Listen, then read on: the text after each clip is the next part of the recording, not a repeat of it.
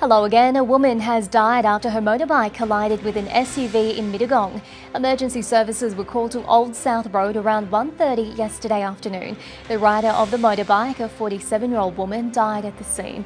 The 68-year-old driver of the car was not injured. The cause is yet to be determined.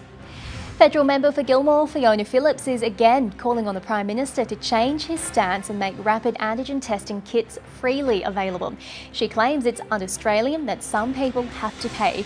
She says her office has received calls from people in genuine need, but they don't qualify as concession card holders. And local small businesses facing challenges due to COVID will benefit from an additional 2 months of rent relief. Showers and a top of 22 for Nowra. More from the newsroom soon.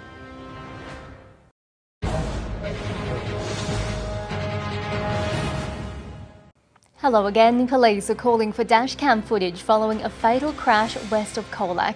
It's believed a female motorbike rider was travelling on the Princess Highway before leaving the road and crashing yesterday afternoon. She was treated by paramedics but sadly died at the scene.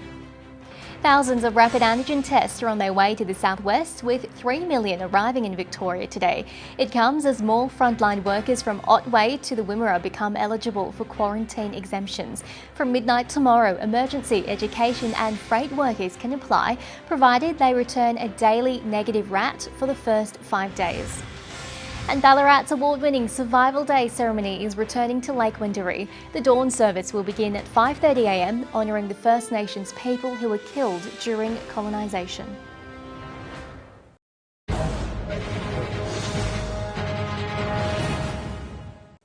Hello again. A local MP is calling on the federal government to act quickly to keep childcare services open, safe and viable.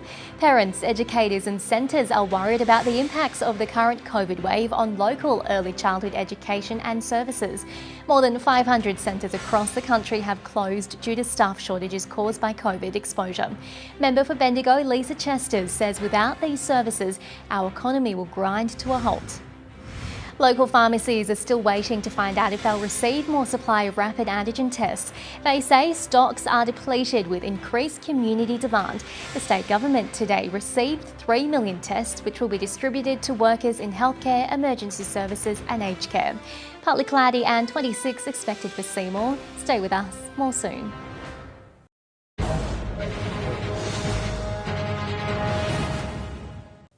Good evening. There's a stark warning tonight about knowing the dangers of swimming in Canberra's waterways. The Royal Lifesaving Society says we need to be extra cautious over the coming days, with rain expected to submerge and hide any dangers.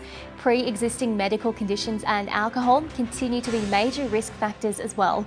Last year there were 4 drowning deaths in the ACT. ACT's education staff, including early childhood and care workers, are being fast-tracked to the front of the booster shot line. Priority will be given to these workers at the Canberra Airport Vaccination Clinic when it reopens next Monday.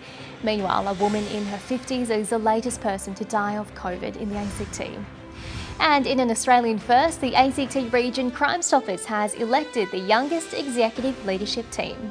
Rain tomorrow.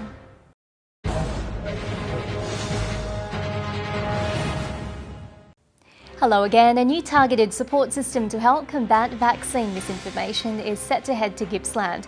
The Cardinia Community Support Group will be one of the first hubs to receive the extra support. It's aimed to help deliver tailored in-language information to help with multicultural groups' vaccination rates. From midnight tomorrow, close contacts who work in Gippsland's critical services will be eligible for quarantine exemptions. It includes emergency services, education, transport and freight industries. The exemption will only apply if the employer also consents to them returning to the workplace. And some extra visitors are set to stop by farms in East Gippsland with a new food and wine trail opening up. The Love Where It's Grown Court-made Farmgate Trail will showcase our best produce, including seafood and wine.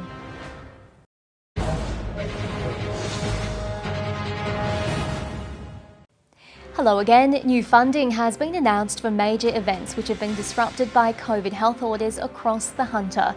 $43 million has been set aside to give financial security for organisers planning events in the next 12 to 18 months. Events are vital to bringing in tourist money worth more than $4 billion to the Newcastle and Hunter region economies.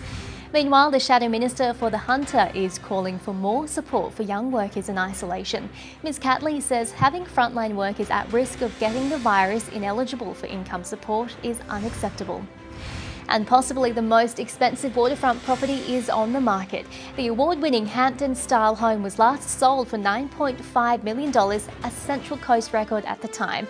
With a walk-in cellar and private boat shed, it's set to break records again.